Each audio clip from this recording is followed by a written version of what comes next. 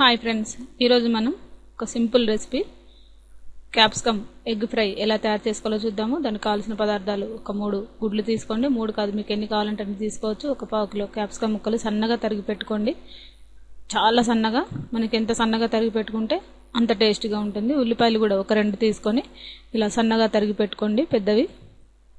దీంట్లో మనకు కావాల్సిన పదార్థాలు ఆవాలు, జీలకర్ర, పచ్చిమిర్చి ఒక 2 తీసుకోండి. కారం రుచికి సరిపడా, కొద్దిగా మీకు టేస్ట్కి తగ్గట్టు వేసుకోవచ్చు. అల్లం పేస్ట్ 1 స్పూను, ఉప్పు రుచికి తగినంత, కొత్తిమీర కొద్దిగా తీసుకోండి. ఆయిల్ మనకి తగినంత ఒక 4 స్పూన్లు, పసుపు చిటికెడు. ముందుగా మనం కళాయి వేడి చేసుకొని దీంట్లో 4-5 స్పూన్లు ఆయిల్ వేసుకొని ఆవాలు, జీలకర్ర కూడా వేసుకొని కొద్దిగా ఫ్రై చేయండి. ఫ్రై అయిన తర్వాత పచ్చిమిర్చి ఒక 2 కంటే ఎక్కువ వేసుకోకూడదు, ఎందుకంటే ఆల్రెడీ మనం క్యాప్సికమ్ కాబట్టి దీంట్లో పచ్చిమిర్చి యూజ్ చేయకపోయినా పర్లేదు, ఒక 2 అలా వేసుకోండి. దీంట్లోనే మనం ఉల్లిపాయలు సన్నగా తరిగి పెట్టుకున్నవి ఒక 2 నిమిషాల పాటు కొద్దిగా ఫ్రై అవ్వనివ్వండి ఆయిల్లో. ఇది మనకి సింపుల్గా అయిపోతుంది, చాలా టేస్ట్గా కూడా ఉంటుంది ఈ క్యాప్సికమ్. ఇది కొద్దిగా ఫ్రై అయిన తర్వాత దీంట్లో మనం పసుపు వేసుకోవాలి. పసుపు కూడా మనకి పచ్చివాసన పోయేంత వరకు ఒక 2 నిమిషాలు వేయించుకోండి. దీంట్లోనే మనం అల్లం పేస్ట్ కూడా వేసుకోవాలి. ఈ 2 కలిపి పచ్చివాసన పోయేంత వరకు వేయించుకోండి, కొద్దిగా ఫ్రై అవ్వనివ్వాలి.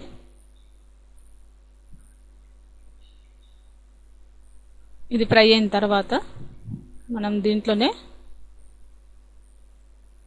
క్యాప్సికమ్ ముక్కలు ముందుగా వేసుకోవాలి. ఈ క్యాప్సికమ్ ముక్కలు మనకి దీంట్లోనే ఆయిల్లో మనకి ఫ్రై అవ్వనివ్వండి. ఇది ఫ్రై అవ్వటానికి దాదాపుగా ఒక 10 మినిట్స్ పడుతుంది. ఇది లో ఫ్లేమ్లో ఉడికించుకోండి మూత పెట్టేసి.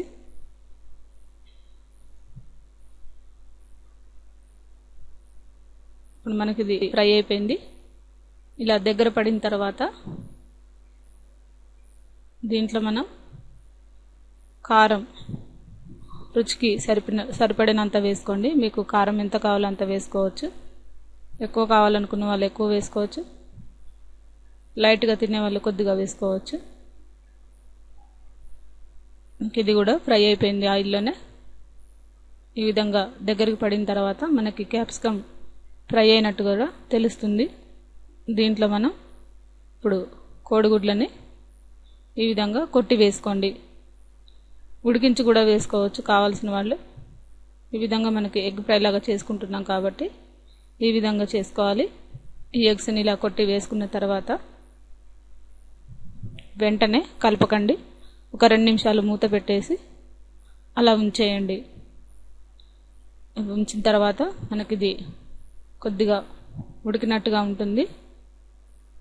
ఈ ఎగ్స్ అంతా కూడా దీంట్లో మిక్స్ అయ్యేలాగా ఫ్రై చేసుకోండి.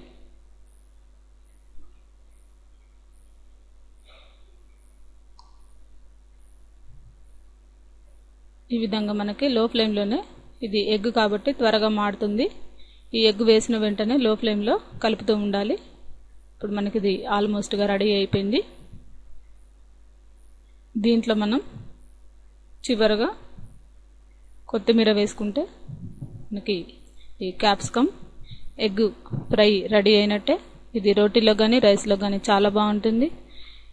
ఈ రెసిపీ మీకు నచ్చినట్లయితే లైక్ చేయగలరు. ఈ రెసిపీని మీరు కూడా ట్రై చేసి చూడగలరు.